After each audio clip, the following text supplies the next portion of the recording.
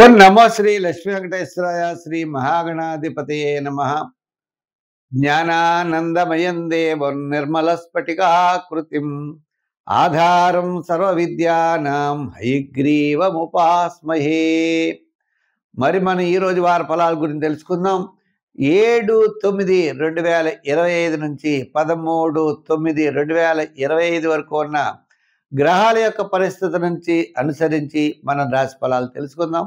అదేవిధంగా మనం ఈ వారం గ్రహాల యొక్క పరిస్థితి ఎలా ఉందో చూసి వారికి రాశి ఫలాలు తెలుసుకుందాం. మిథున రాశిలో గురుడు, మరి సింహరాశిలో రవి, బుధుడు, కేతువు వీరందరూ ఉన్నారు. అలాగే కన్యా రాశిలో కుజుడున్నాడు. కుంభరాశిలో రాహు, మీనరాశిలో శని, కుంభ, మీన, మేషరాశుల్లో చంద్ర సంచారం ఉంటుంది. ఈవేళ ఇటువంటి గ్రహాల యొక్క పరిస్థితిని అనుసరించి మనం రాశి ఫలాలు తెలుసుకునేటువంటి ప్రయత్నం చేద్దాం. మేషరాశి. ఈ మేషరాశి వారికి చంద్రుడు లాభస్థానంలో ఉన్నాడు.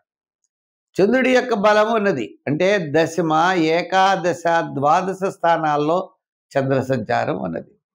చేత ఈ రాశి వారికి గురువారం వరకు కార్యజయం, ధనలాభం, బంధుమిత్రుల యొక్క సమాగం, నూతనమైనటువంటి ప్రయత్నాల్లో అనుకూలత అన్నీ కూడా సిద్ధిస్తాయి.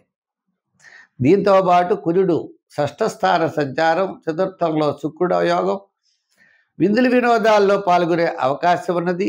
వీరికి వార ప్రారంభంలో కార్యజయం, ఆర్థిక ప్రోత్సాహంతో పాటు స్థిరాస్తి డెవలప్మెంట్స్ కూడా చాలా ప్రోత్సాహకరంగా ఉంటాయి. అంతేత ఈ రాశి వారికి గతం కంటే ఈ వారం చాలా ప్రోత్సాహకరంగా ఉందని చెప్పొచ్చు. చిన్న చిన్న విషయాల్లో వీరికి శ్రమ ఎక్కువగా అవుతుంది. అయినప్పటికీ కూడా రాహు యొక్క బలం చేత ఎంతటి కార్యక్రమాన్నైనా వీళ్ళు పూర్తి చేయగలుగుతారు. గురుడు తృతీయ స్థాన సంచారం వల్ల కుటుంబ ఆర్థిక సంతానపరమైన వ్యవహారాల్లో అధికమైన విజయం జరిగేటువంటి అవకాశాలు ఉన్నాయి.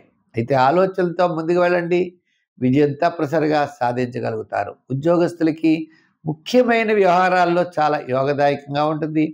రాజకీయ నాయకులకి సామాన్యంగా ఉంటుంది. స్వతంత్ర వృత్తుల వారికి వృత్తిపరమైనటువంటి ప్రోత్సాహం ఉంటుంది. వ్యాపారాత్మకమైన చూసినట్లయితే ఆర్థిక లావాదేవీలు వార ప్రారంభం, వారం మధ్యలో చాలా బాగా యోగిస్తాయి. వారాంతం అకాల భోజనము, శ్రమ ఉండేటువంటి పరిస్థితులు ఉన్నాయి. మొత్తం మీద ఈ రాశి వారికి వార ప్రారంభం, వారపు మధ్యలో యోగదాయకంగా ఉంటాయి. కాబట్టి ఆ కాలంలో, ఆ సమయంలో ముఖ్యమైన వ్యవహారాలు పూర్తి చేయండి. నిదానంగా ముందుకు వెళ్ళండి. ఇంచేత ఏళ్ళనాడు శని ప్రభావం, గురుడు తృతీయ స్థాన సంచారం వల్ల స్వల్పమైన ఆటంకాలు, స్వల్పమైన సమస్యలు ఎదురయ్యేటువంటి పరిస్థితి కనబడుతున్నది. అంచేత ఈ రాశి వారు ఇంకా బాగుండాలి అన్నట్లయితే తప్పనిసరిగా సంఖ్యల్లో 7, రంగుల్లో ఎరుపు వాడండి. దానాల్లో తిలదానం చేయండి. స్తోత్రాల్లో శనీశ్వర స్తోత్రం పఠించండి. కాల భైరవాష్టకాన్ని రోజు పఠించడం ద్వారా మంచి ఫలితాలు మీరు పొందగలుగుతారు.